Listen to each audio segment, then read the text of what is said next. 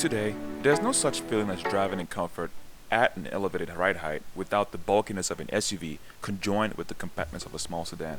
Welcome back, guys, and this is a new Hyundai Kona. Yes, the small mid-sized crossover that's long overdue for Hyundai and the one you've been waiting for. For 2018, Hyundai has decided to join this trend of creating small compact crossovers. It's about time Hyundai adds this vehicle into their ecosystem. Currently, Hyundai has only three SUVs: the Tucson, or the Tucson Knight, the Santa Fe, and the Santa Fe Sport. So how well does the new Kona fit into this family? Let's find out, shall we? First, let's start off with the specs. Starting at around 19.5, the new Kona comes with 4 different trim levels: the SE, the SEL, Limited, and Ultimate. Across those trims, expect to find 2 different kinds of engine underneath the hood. First off, you have the base 2-point slow engine that makes about 147 horsepower inline 4-cylinder, or a 1.6 liter turbocharged direct injection engine, which is the same engine you're going to find in the Tucson Sport 1.6 turbo, the Veloster Turbo, the Lancer Sport Turbo, and the Lancer GT Hatchback Sport with a turbo. Man, Hyundai is really not holding back on using these engines across all the platforms. For 2018, the launch color for the new Kona is called Key Lime Twist. It's not my favorite per se. Feel free to debate in the comments below. Anyways, out of the 2 engines, you definitely want to get the 1.6 liter turbocharged engine, because for 2018, the 7-speed dual clutch, or from the previous generation, is now in the Kona and it has been redefined. It shifts a lot smoother, it's crisper, it's non-jerky. Overall, it's a better transmission compared to the last generation. Weighing in at around 3,200 pounds, the Kona is just about 300 pounds lighter than the Tucson and 2.7 inches shorter as well. And yes, it's quicker than the Tucson. I mean, it feels quick. The Kona makes a bold 175 horsepower, that's with a turbocharged engine, and a 195 pound-feet of torque. Miles per gallon, expect to find 28 city, 32 on the highway. This right here is the ultimate trim, and the one I'm going to be test driving is going to be the Limited. So, what's the difference across all the trims, and which should you get? I know, there's a lot of questions, and also there's a lot of other options. Hyundai is not the first to make a small compact crossover. Look at Honda, the HR-V, look at Mazda, the CX-3, the Jeep Renegade, Subaru Crosstrek. Do I need to go any further? Exactly. Let's break it down on the basis on what you get for your money. For the entry-level model, which is the ST, you get cloth seats, a backup camera, the 2-liter engine, and all around the basic stuff. And a trim above that, which is the SEL, you get blind spot monitoring, cruise control, 17-inch alloy wheels, leather-wrapped steering wheel, and a slightly bigger display. And yes, don't worry, all this will support Apple CarPlay and Android Auto. Then we can step into the Limited. Add all what I just said in the previous models, from the SC to the SEL, and also you get leather seats, the 1.6 liter turbocharged engine, a sunroof, and a much nicer 18-inch wheels wrapped around some Goodyear tires. Man, that is some serious tires. They hook nicely. Finally, we step into the Ultimate package. You might want to take a seat for this. You get everything in the Limited, plus autonomous braking, for the peasants, lane keep assist, heads-up display, which is really cool, heated front seats, wireless charging pad, and so on. And the overall price for the Limited, expect a price of around $28,000. The Kona also comes with all-wheel drive across all the trims, from the SEL, the SE, the Limited, and the Ultimate. You can also get a center-locking differential in the Ultimate trims only, and multi-link rear suspension with the all-wheel drive. So in order to have the multi-link rear suspension, you need the all-wheel drive versions, and a center-locking differential for the Ultimate trims. So, with all these trims, all these packages, there's a lot to pick and choose, and now it's time for a test drive. I'd like to make a special thanks to Eckert Hyundai right here in Denton, Texas for making this video possible. We are going to go on a test drive and just drive the Kona, not for the first time. This will be like my 3rd time driving this car.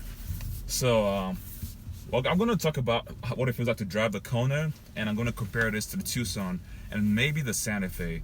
But since this car sits between the Tucson and the Santa Fe, it's going to drive differently and also behave differently.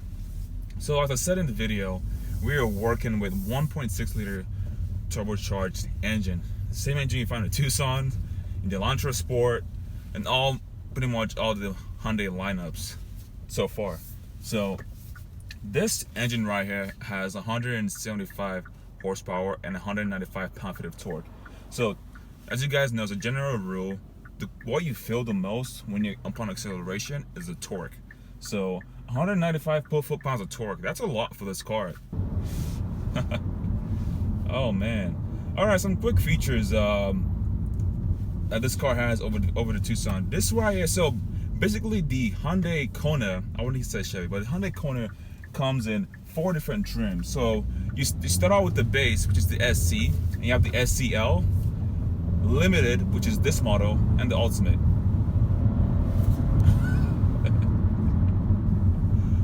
Oh, Jesus.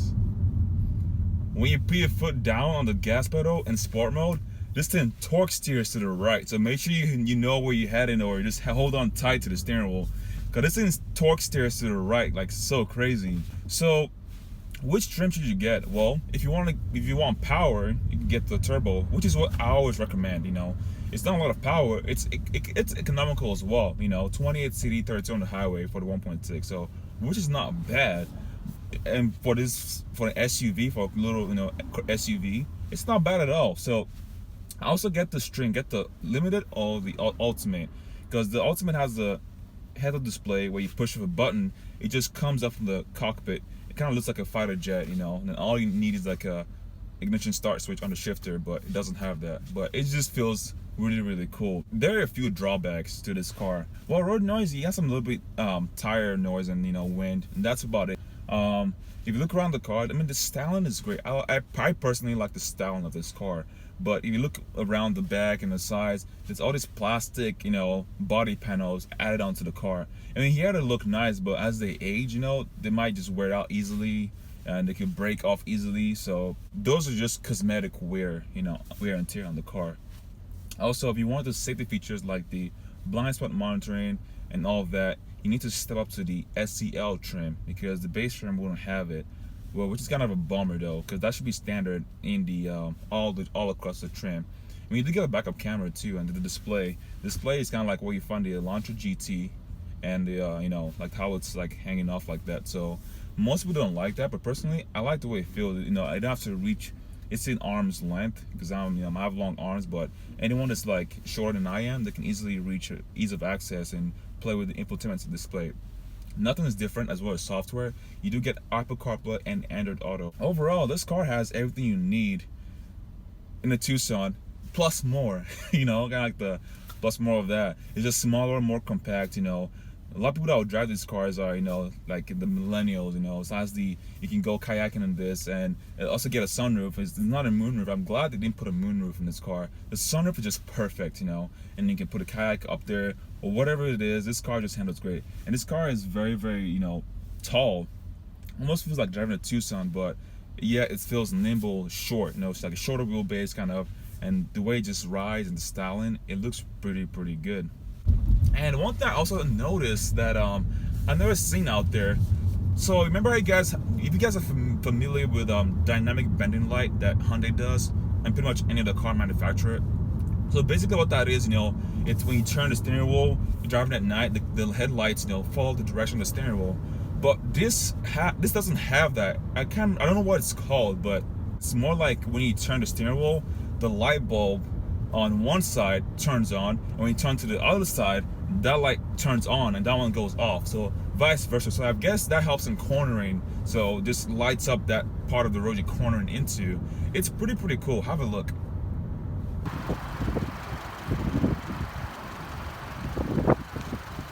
I think it's pretty cool, and it's kind of like new. I've never seen any other car on the market today do that. If you guys know, or have seen any other car like have the same technology that Hyundai has, leave a link down below, comment down below. Let me see, so I can go look at it.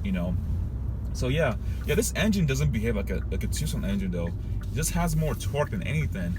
But yeah, it drives differently. Oh, that torque steer though, it pulls to the right. You gotta be careful. This thing it's subtle, but it has the power to just move around about 3,200 pounds quite easily. It rides great. It's comfortable. Might be stiff, going over bumps. 18-inch wheels, the Goodyear tires. Overall, it's a very, very good package. The Kona. It's not perfect. I already told you some drawbacks to this car, but overall, it's a good start for for the Kona in the Hyundai ecosystem.